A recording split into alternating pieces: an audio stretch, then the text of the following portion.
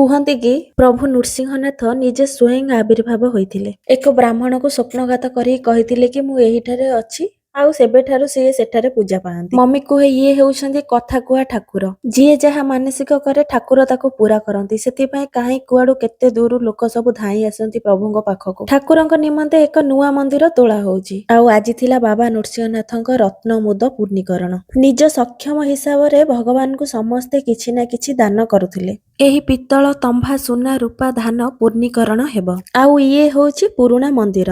ଆଉ ଏଠି ତୋଳି ଉଠୁଛି ନୂଆ ମନ୍ଦିର। ସମସ୍ତେ ସାହାଯ୍ୟ ସହଯୋଗ କଲେ ଖୁବ୍ ଶୀଘ୍ର ତୋଳା ହବ ଏ ନୂଆ ମନ୍ଦିର। ଆଉ ଏପଟେ ଅଛି ମା ଲକ୍ଷ୍ମୀଙ୍କ ମନ୍ଦିର।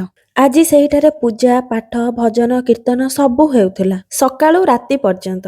ଏଠି ଲୋକମାନେ ନଈ ପାଖରୁ ପୂଜା ସାରି ଭଜନ କୀର୍ତ୍ତନ କରିକି ପୁଣି ମନ୍ଦିର ପାଖକୁ ଆସୁଥିଲେ। ମନ୍ଦିରର ଏହି କାର୍ଯ୍ୟରେ ଯୋଗ ଦେବା ପାଇଁ ଗାଁ ଲୋକ ସମସ୍ତେ ଏକାଠି ଥିଲେ। ଗାଁ ଲୋକ କଣ ବାହାର ଲୋକ ବି ସବୁ ଥିଲେ। ଆଉ ସେଠାରେ 5,000 ଲୋକଙ୍କ ପାଇଁ ପ୍ରସାଦ ସେବନର ବି ବ୍ୟବସ୍ଥା ହେଇଥିଲା। ସୋନିଆ ମମି ମୁଁ ଆମେ 3 ଜଣ ମିଶିକି ପଳେଇଥିଲୁ ଖାଇବା ପାଇଁ। ଆଉ ଲାଷ୍ଟକୁ ମୁଁ ଏଠି ବସିକି ଖାଉଛି କ୍ଷୀରି। ଠାକୁରଙ୍କ ପାଖରେ କିଛି ବି ହେଲେ ସେଟା ଅମୃତ ପରି ହିଁ ଲାଗେ। ଆଉ ମାମୁଁ ଘରକୁ କଣ ଯିବୁ, ମନ୍ଦିର ପାଖରେ ତ ସମସ୍ତେ ଦେଖା ହେଇଗଲେ, ମାଇଠୁ ଆରମ୍ଭ କରିକି ଦେଇ ହେରିଆଙ୍କ ପର୍ଯ୍ୟନ୍ତ। ଆଜି ସମସ୍ତଙ୍କ ଘରେ କୁଣିଆ, ସମସ୍ତଙ୍କ ଘରେ ଝିଅ ଝିଆଣି ବନ୍ଧୁବାନ୍ଧବ ସବୁ ମନ୍ଦିର ପାଇଁ ହିଁ ଆସିଥିଲେ।